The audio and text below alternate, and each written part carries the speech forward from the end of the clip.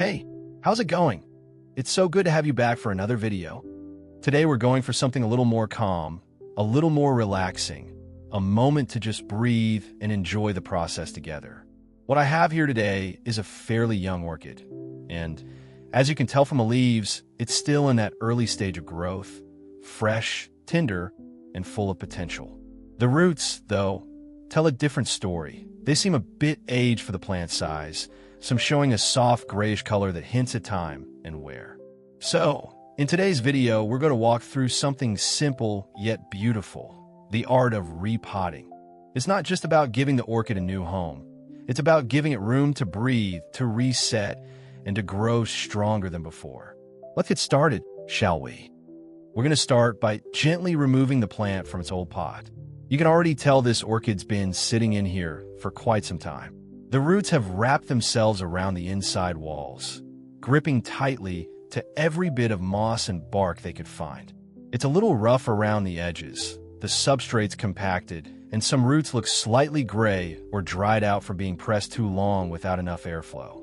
Now, if you look closely, you might notice a few roots that are clogged or stuck together, almost like they're glued by old moisture and decomposing material. This is perfectly normal. It just means the plant's been ready for a new home for a while. Orchids are resilient, but they love to breathe, and this old setup isn't giving it much space to do that anymore. So, our first mission is to gently remove every bit of the old substrate from around the roots. Start by softly massaging the base of the plant. Use your fingers to tease away chunks of moss, little by little. You'll feel some sections come loose easily, while others might resist. Don't rush it. The key here is patience. Let the roots release at their own pace. If a few strands of moss are stuck deep between the roots, you can use a small pair of tweezers or a chopstick to help lift them out. Just be sure not to pull too hard. This step is all about giving the roots room to breathe again, letting them stretch and take in fresh air after being trapped in the old mix for so long. And with a clean shear or a sharp pair of scissors, we're going to begin trimming off any part of the roots that can no longer provide nutrients to the plant. Take a close look here. You can usually tell which roots are healthy and which ones have started to fade. Healthy roots feel firm when you press them lightly. They have a silvery tone when dry and turn bright green once they're watered. In contrast, old or damaged roots will look brown or black, soft, mushy, or hollow inside when you squeeze them. Those are the ones we'll want to remove. Now, make sure your tools are clean before you start cutting. You can sterilize them with a bit of rubbing alcohol or by passing them quickly through a flame to prevent any bacteria or fungi from spreading. As you trim, work slowly and carefully, cutting away the damaged sections one by one. You don't have to rush. Orchids heal better when treated gently. Each precise snip gives the plant a chance to redirect its energy toward healthy growth and new roots.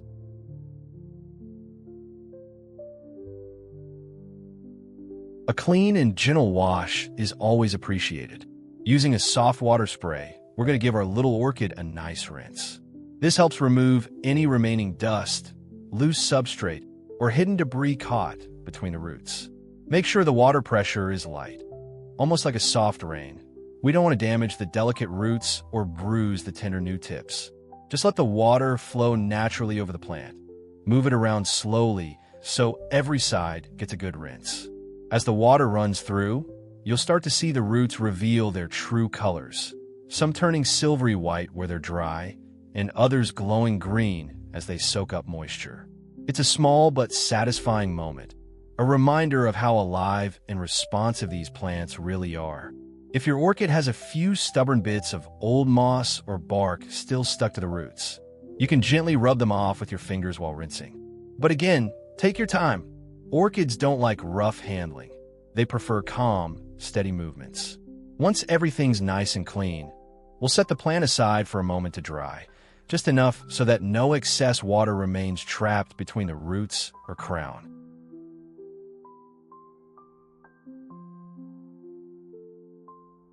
Let's move on to our solution and prepare our first ingredient. We're going to be using cinnamon powder. Yes, that same iconic ingredient we've used in so many of our videos. This time, we'll be turning it into a gentle solution though don't worry, we'll still use it in its raw form later on. So, go ahead and add about 1 teaspoon of cinnamon powder into a clean container. Make sure the container can handle hot water because that's what we'll be pouring in next. Slowly fill it with hot water, not boiling, but warm enough to help draw out all the natural oils and antifungal properties hidden inside the cinnamon. Once the water's in, give it a gentle stir. Watch as the powder starts to swirl and release that warm, comforting aroma. After stirring, we'll close the lid tightly. Then wrap the container in a warm towel. This helps it steep evenly, like brewing a gentle tea for the plant. We'll set it aside for now, letting it rest and infuse while we prepare the next step of our care process, which is where we're going to be using aloe vera, another one of nature's simple but powerful gifts for orchids. Go ahead and take a fresh aloe vera leaf, firm, green, and full of gel. Using a clean knife, cut it into small pieces. About 1 inch or 2 long is perfect. As you cut, you'll see the clear gel inside start to shine. That's where all the healing and moisturizing magic comes from. Aloe vera helps strengthen roots, boosts growth, and soothes any stress the plant might have from trimming or repotting. Once you've finished cutting, place all the pieces into a clean container.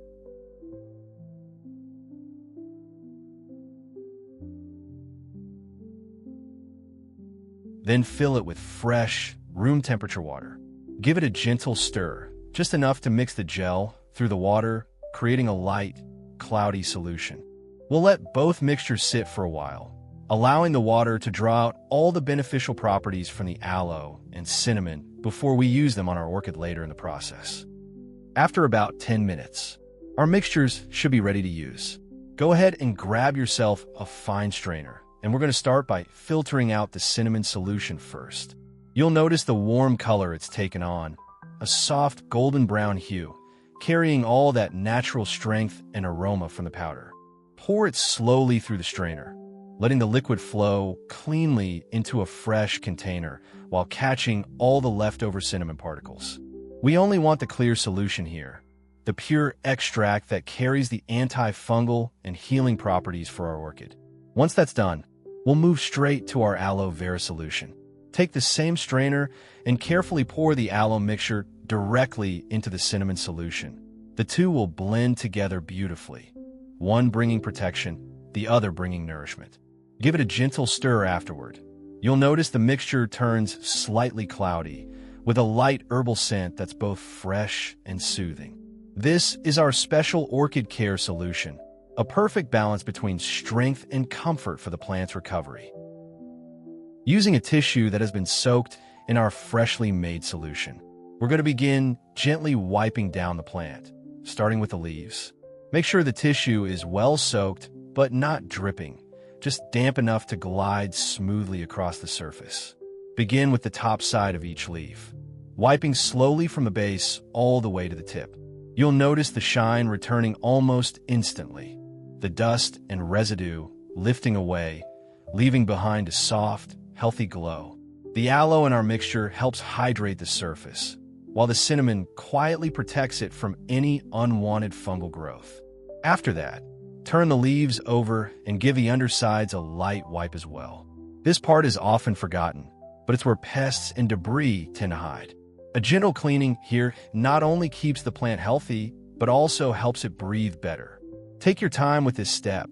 Move slowly, leaf by leaf, as if you're giving the plant a small spa treatment. It's not just about cleaning.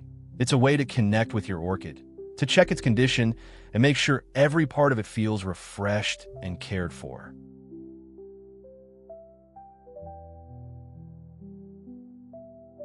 Next, prepare a small container and fill it with enough of our solution for the orchid to sit comfortably inside. Make sure the container is clean and just deep enough to cover the roots. We don't want the leaves or crown to touch the liquid. Now, gently place your orchid in, letting the roots submerge under the solution. You'll see a few small air bubbles rise up at first. That's completely normal. It means the roots are taking in fresh moisture and starting to breathe again.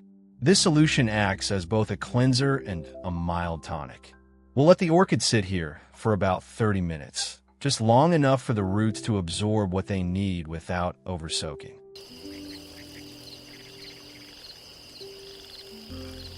After about 30 minutes, carefully lift the orchid out of the container, letting the excess solution drip away. Hold it gently by the base. No rushing here, just slow and steady movements. And here, you can already start to notice a few small but beautiful changes. The roots look fresher and more hydrated than before. Some of that dull gray tone has faded, replaced by a soft green glow that tells us the orchid is finally drinking again. And you guys know what time it is. It's cinnamon powder time, my favorite part. Now, if you've been following the channel for a while, you already know how much I love using this. Cinnamon powder isn't just a kitchen spice. It's one of the best natural protectors for orchids. Every time we repot or trim, this step helps keep the plant safe from infections or fungus that might sneak in through those freshly cut roots. It's such a simple step, but honestly one of the most satisfying parts of the process. It smells great, it looks neat, and it gives the plant a little extra protection before we move on to potting. Now, before we can do anything else, let's prepare a pot full of fresh moss. We're going to take the remaining solution we made earlier, that soothing blend of cinnamon and aloe, and pour it over the moss. Make sure every bit of it gets soaked evenly. You want to see the entire batch lightly submerged in the solution. After about an hour, our moss should be fully soaked and ready. Now we're going to carefully transfer it into a new, clean container. As we move it over, make sure to give the moss a gentle squeeze to remove any excess liquid. We want it moist, not dripping wet. When you press it lightly between your hands, it should feel soft and springy, damp enough to hold its shape, but not so wet that water runs out. Let's prepare a temporary home for our little orchid. This will be where it can safely rest and recover while growing new roots. Start by grabbing a pot with clear drainage holes. Transparency helps us keep an eye on the roots later. Plus, good airflow and drainage are absolutely essential. Now, take the moss we've just soaked and prepared earlier. Gently place it inside the pot, pressing it down lightly to form a soft, even base. Don't pack it too tight. We want the roots to have room to breathe. Once that's done, carefully position your orchid in the center, making sure it sits comfortably within the moss. Adjust the roots if needed so they spread naturally rather than being squished together.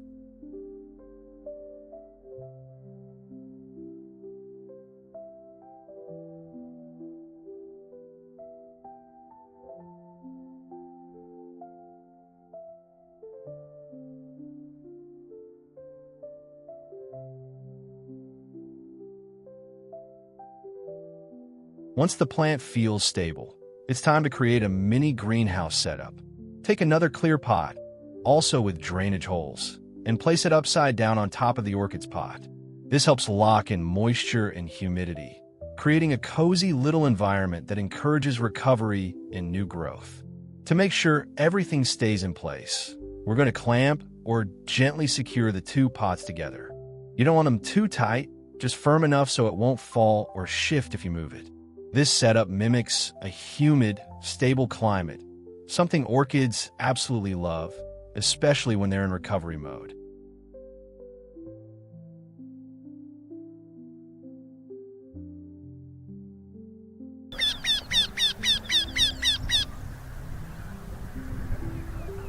After about 14 days, you'll start to notice some exciting changes to your orchid. The leaves might look a little fuller and firmer than before, showing that the plant is slowly regaining its strength. The moss around the roots should feel lightly damp, not too wet, not too dry, which means the environment is just right for gentle recovery. But the most important sign to look out for are the new roots. You'll see tiny green or whitish tips beginning to sprout from the base of the plant. These are fresh, healthy roots, a clear sign that your orchid is adapting well to its new home. They might be small at first, just a few millimeters long, but over time they'll grow stronger and thicker, anchoring your plants securely in the moss. This stage is truly rewarding. It's a sign that all your careful effort, from trimming, cleaning, and preparing the solution, is paying off. Don't rush the process, though. Let the orchid continue to rest in its cozy greenhouse setup. Consistency and patience are key here. Every new root is a little victory for both you and your plant.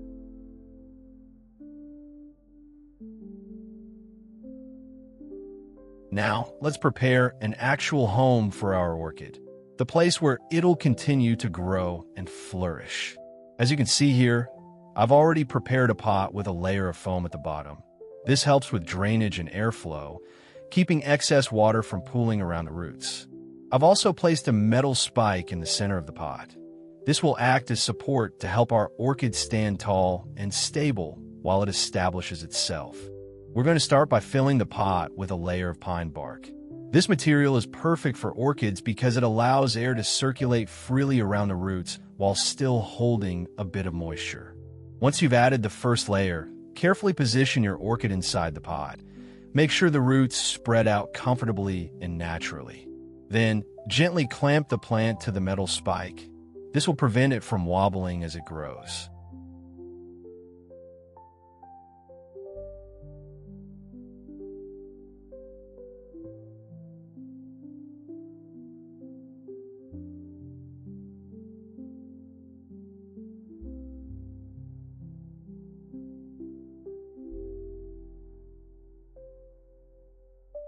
After that, begin filling in the rest of the pot with more pine bark, working around the roots until the plant feels secure but not cramped. The key is to create stability while maintaining airflow.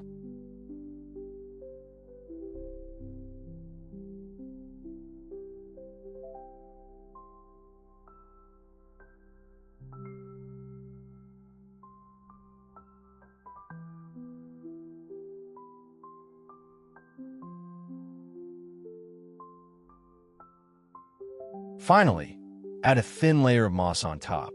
This helps retain moisture at the surface and gives your setup a soft, natural finish. But keep in mind, from this point onward, routine care becomes absolutely critical. Your orchid has just moved into its new home, and like any living thing adjusting to change, it needs consistency more than anything else. Keep a close eye on the moisture level of the moss and bark. They should always feel lightly damp, never soggy. If you notice the roots turning silvery white, that's your cue for watering. If they're green, it means they're still hydrated. Use the same gentle care solution we've been preparing throughout this series. Wipe the leaves occasionally to keep them clean and dust-free, and give the roots a good soak every week or two depending on your environment's humidity. Light is equally important. Place your orchid in a spot with bright, indirect sunlight, enough to feed the plant but not burn the leaves. And of course, don't forget to give it time. Orchids are patient growers, and the more consistent your routine, the more it will reward you with lush leaves and, eventually, beautiful blooms. Think of it this way. You've given your orchid a new beginning. Now it's your steady care that will turn this little recovery into a thriving, living piece of art. ChatGPT said, and there you have it, another peaceful session of caring for our beautiful orchids. From gentle cleaning and trimming to preparing those natural solutions and finally giving our plant a brand new home, we've done it all together. If you followed along until now, I hope this video helped you not just learn something new, but also slow down and enjoy the quiet beauty of nurturing life. Remember, patience and consistency are the true secrets behind every healthy orchid. Thank you so much for watching. If you enjoyed this video, don't forget to leave a like, subscribe to the channel, and ring that little bell icon so you won't miss the next guide. Share this video with your fellow orchid lovers too. The more we grow this garden of knowledge, the more beautiful it becomes. Until next time, take care of yourself and your plants, and I'll see you again in the next video.